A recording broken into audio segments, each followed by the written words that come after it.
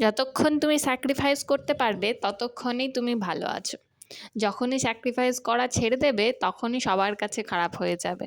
কখন কোনটা তুমি খারাপ করেছো, কোনটা কার খারাপ লেগেছে, সব কিছু তখন বেরিয়ে আসবে। আর মুখ বুজে সব কিছু যখন সহ্য করবে তখন সবার কাছে তুমি ভালো হয়েই থাকবে। এই সবার কাছে ভালো হওয়ার চক্করে নিজেরও যে একটা ইচ্ছা অনিচ্ছা বলে কিছু থাকে, সবার ইচ্ছা, সবার আবদার, সবার সব কিছু কথা মেটানোর চক্করে নিজের কথাই যেন আমরা ভুলে যাই।